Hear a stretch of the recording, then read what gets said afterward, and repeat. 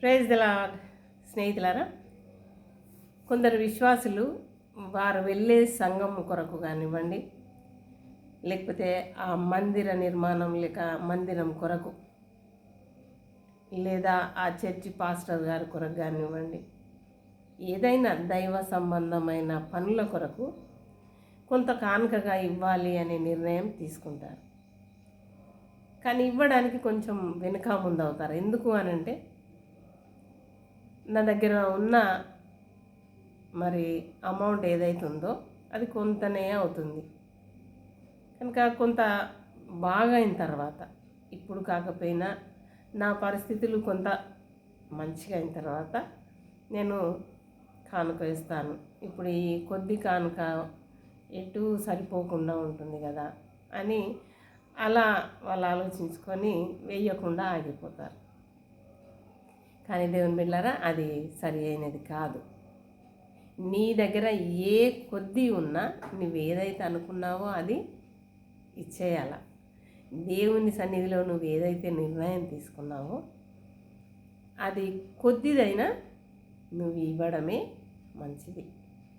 ఎందుకు అంటే, లూకా సువార్త 21వ అధ్యాయము 4వ వచనంలో యేసుక్రీస్తు బీద విధవరాల గురించి మాట్లాడుతూ, ఈమె తన లేమిలో నుండి వేసింది. ఎందరో కానుకపెట్టలే వేస్తూ ఉన్నారు, చాలా అమౌంట్ వేస్తున్నారు.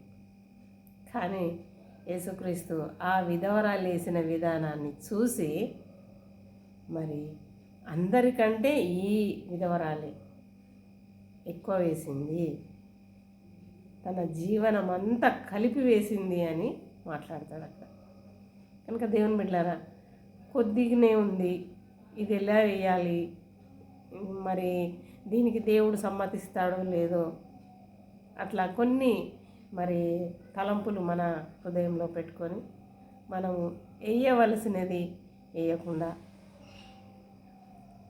కాలాయాపన చేస్తూ ఉంటాం. కానీ దేవుని బిడ్డలారా, అది సరి అయినది కాదు. నీకున్నది కొద్ది అయినా ఆ కొద్దిలో నుండి నీవు వేయడము దేవుని దృష్టిలో మంచిది.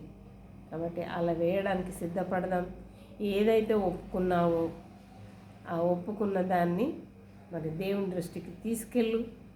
ప్రభువా, నా దగ్గర ఉన్నది ఇంత, నేను మందిరం కొరకు ఇది ఇద్దామనుకున్నాను, మరి నా దగ్గర ఇంతే ఉంది అని ఒక మాట దేవునికి చెప్పి నువ్వు వేయాల్సిన చోట వేస్తే, నువ్వు వేసిన విధానాన్ని ఎవరు చూసినా చూడకపోయినా దేవుడు చూస్తాడు.